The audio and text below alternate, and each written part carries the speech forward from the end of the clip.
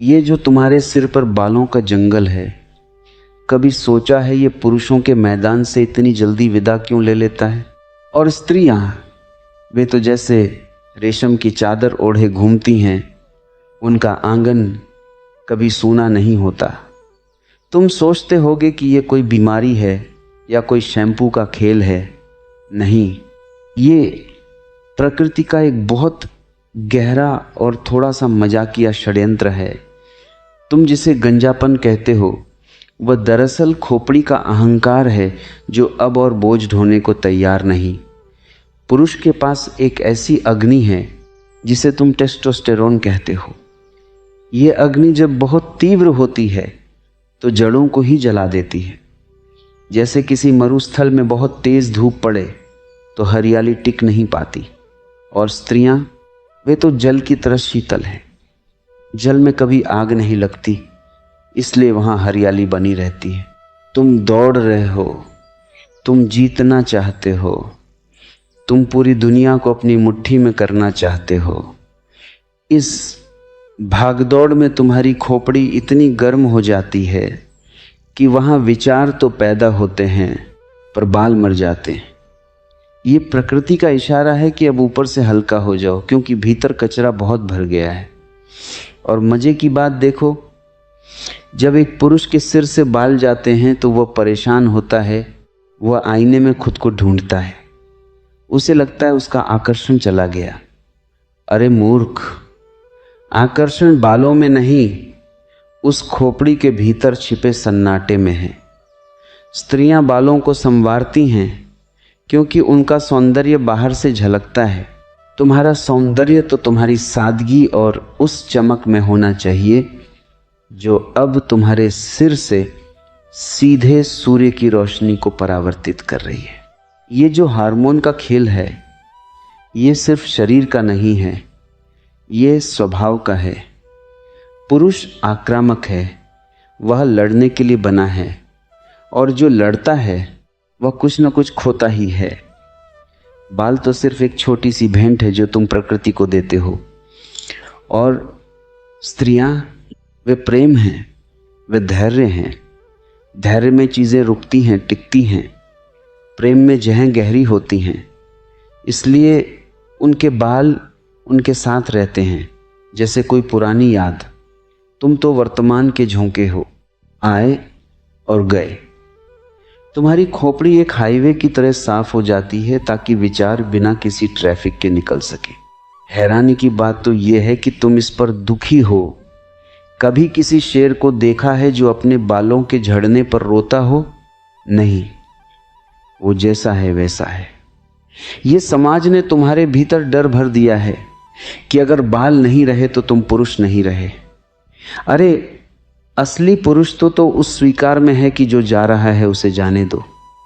जो टिकना नहीं चाहता उसे पकड़ कर क्यों रखना? ये जो तेल, ये जो लेप तुम लगा रहे हो, ये सिर्फ तुम्हारे डर का विज्ञापन है।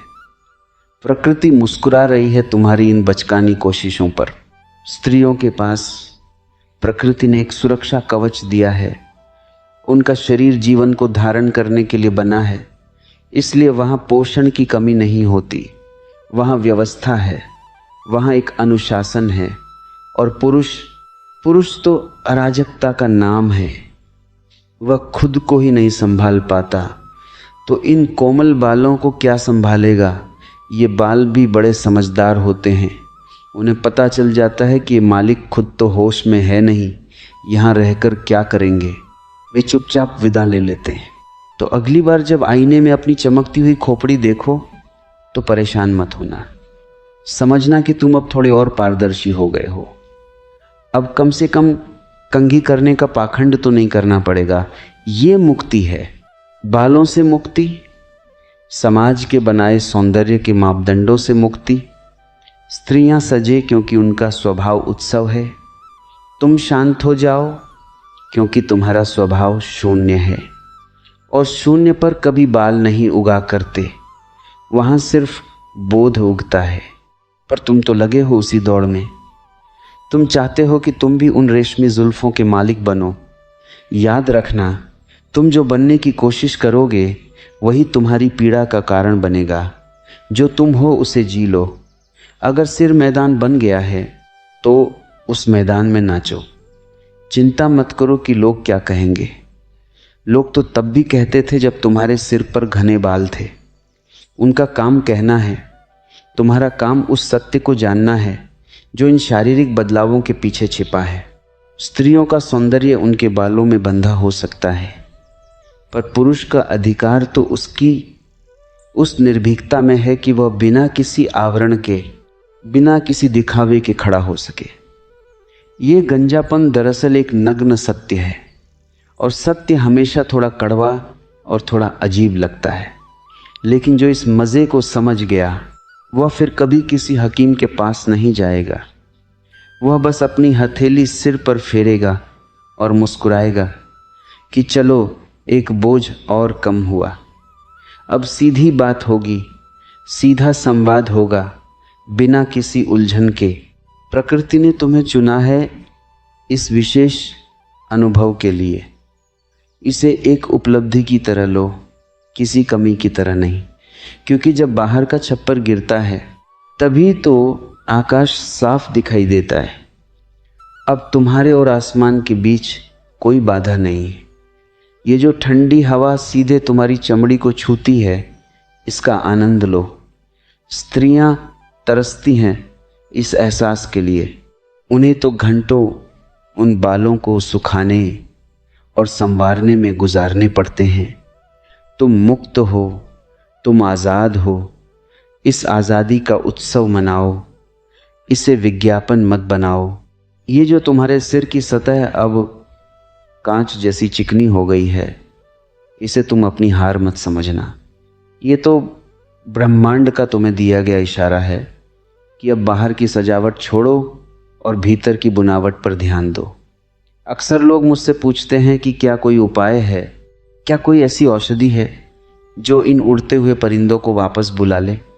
मैं कहता हूँ क्यों। जो पक्षी पिंजरा छोड़कर उड़ गया, उसे वापस बुलाना, उसे फिर से कैद करना है। ये बाल भी एक तरह का बंधन ही थे। सुबह उठकर इन्हें संवारना, इन्हें धोना, इनकी चिंता करना। अब तुम उस चिंता से ऊपर उठ गए हो। कभी गौर किया है, जितने भी गहरे विचार वाले लोग हुए